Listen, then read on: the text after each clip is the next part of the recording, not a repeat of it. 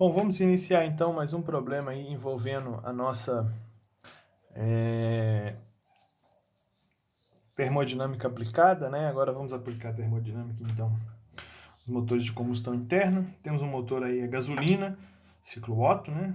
Onde o ar entra a 95 kPa e 300 Kelvin.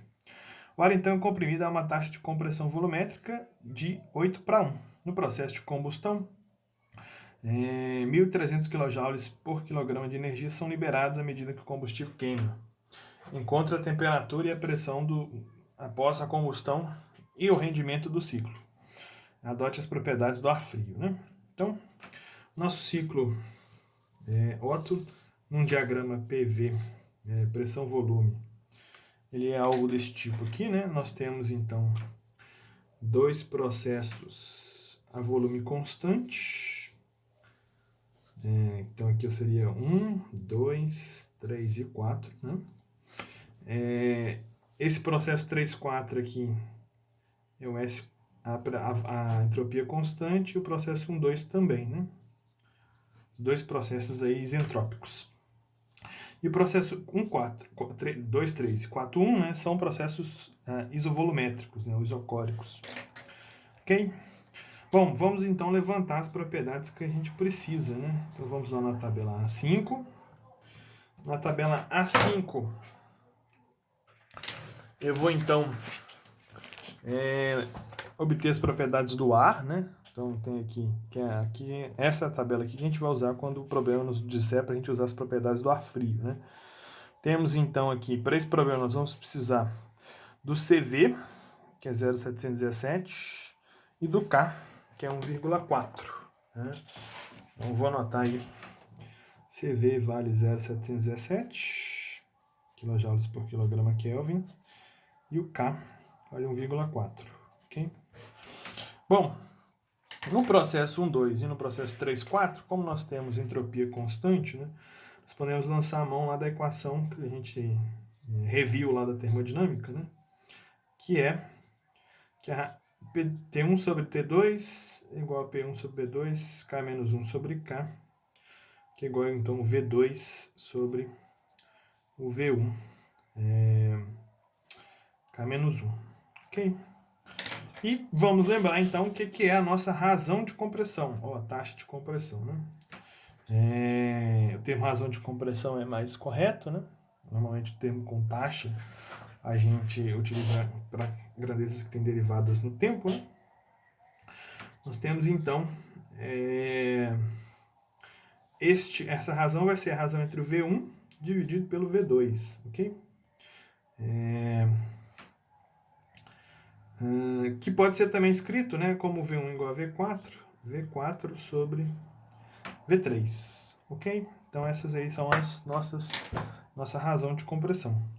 A primeira coisa que ele pediu foi a temperatura, né? Então se eu utilizar essa equação aqui, eu consigo encontrar a partir da temperatura do ponto 1 a temperatura do ponto 2, né? Vamos então calcular a temperatura, né? Utilizando essa equação aqui só com a temperatura e o volume já substituindo o R, eu teria então que meu T1 sobre T2 ser igual a 1 sobre R K menos 1, né? Porque aqui o V2 sobre V1 é o inverso aqui do R, que é V1 sobre V2, ok? Então minha temperatura 2 passa para cá, fica no numerador, e o R passa para lá, multiplicando, né? Então meu T2 será meu T1 R elevado a K menos 1. O T2 então será 300 Kelvin vezes 8 elevado a... O K vale 1,4 menos 1, né? 0,4. Nós vamos ter então aqui 300 vezes 8 elevado a ponto 4 dá 689,2. Temos aqui 689,2 Kelvin, ok? Para encontrar o ponto 3, nós temos aqui um processo de combustão. Então, vou aplicar aqui a primeira lei no processo 2, 3. Primeira lei de termodinâmica, já na forma específica, né? Com as letras minúsculas, o U minúsculo, o calor minúsculo, W minúsculo, por unidade de massa, né? Pode ser escrita como ΔU, variação de energia interna, é igual ao calor menos o trabalho. Como aqui a gente tem um processo volume constante, o trabalho é zero, né? O meu calor, então, vai ser escrito como ΔU. E a energia interna se relaciona com a temperatura pelo CV, né? Então, o nosso calor vai ser igual a CV ΔT, né? Então, CV é o ΔU ΔT. ΔU ΔT. Ou DU dt, né? Então, meu CV T3 menos T2 é igual ao calor. Se a gente colocar o T3 aqui, que seria a temperatura após a combustão, em evidência, né, ficamos com CV passa para cá dividindo, né?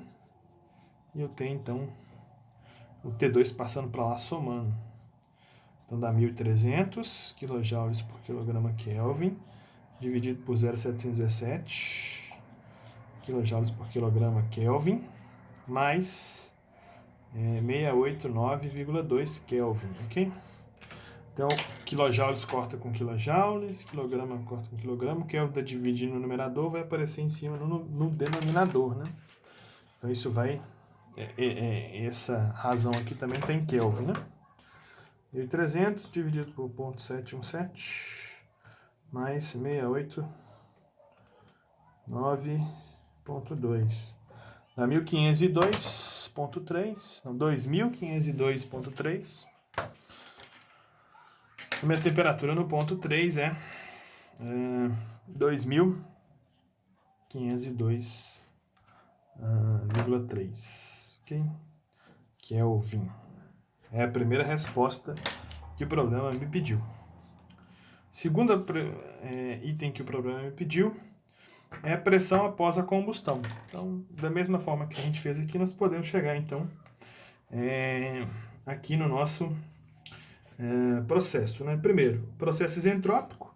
Eu tenho o processo 1, 2, né? Eu posso, então, relacionar a pressão do ponto 1 com a minha pressão do ponto 2. Então, a minha pressão P2 vai ser, então...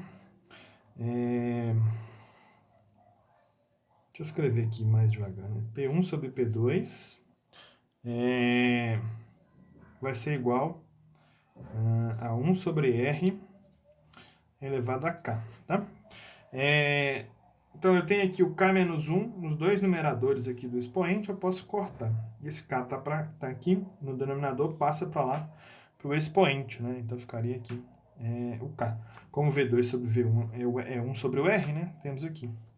Então, meu P2 passa para cá, o R elevado a K passa para lá, e temos que o P2 vai ser o P1 vezes R elevado a K, ok? Então, minha pressão 2 será 95 kPa vezes 8 elevado a 1,4, né? Isso vai dar, então,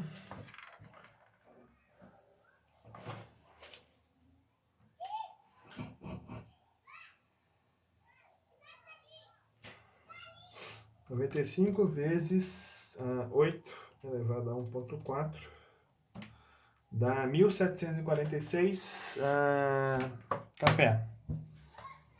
1.746 kPa.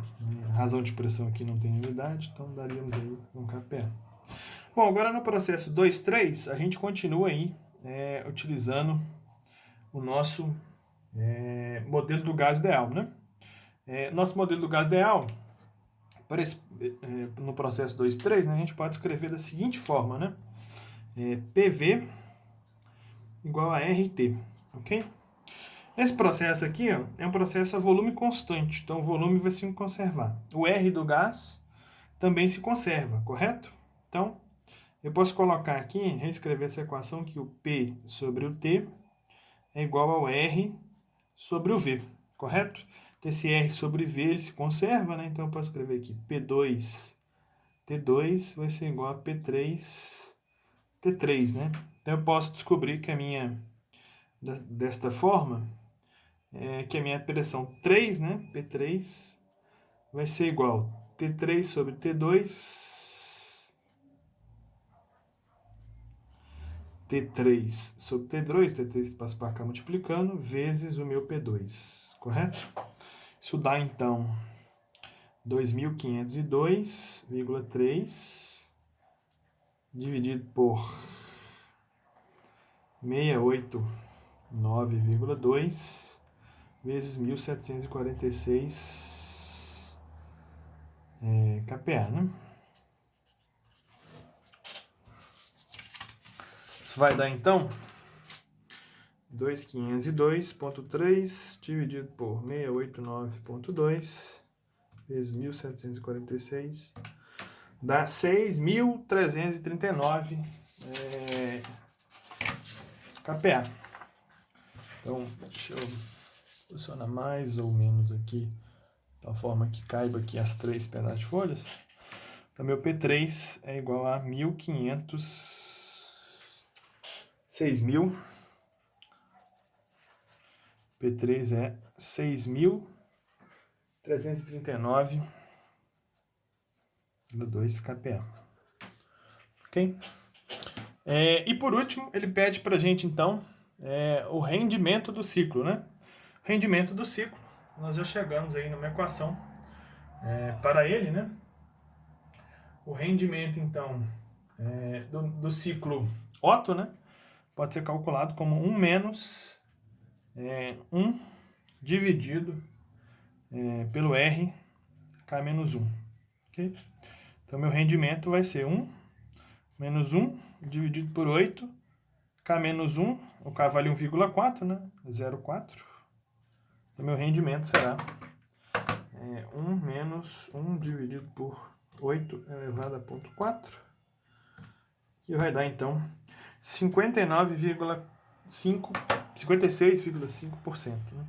Então, meu rendimento é 56,5%. Ok? Então, tá aqui as 3 informações que o problema me pediu. Pressão, temperatura e o meu rendimento. Né? Rendimento aqui, gente, é a nossa letra grega eta, tá? O nosso rendimento tá aí. Ok? Então, gente, até o próximo vídeo.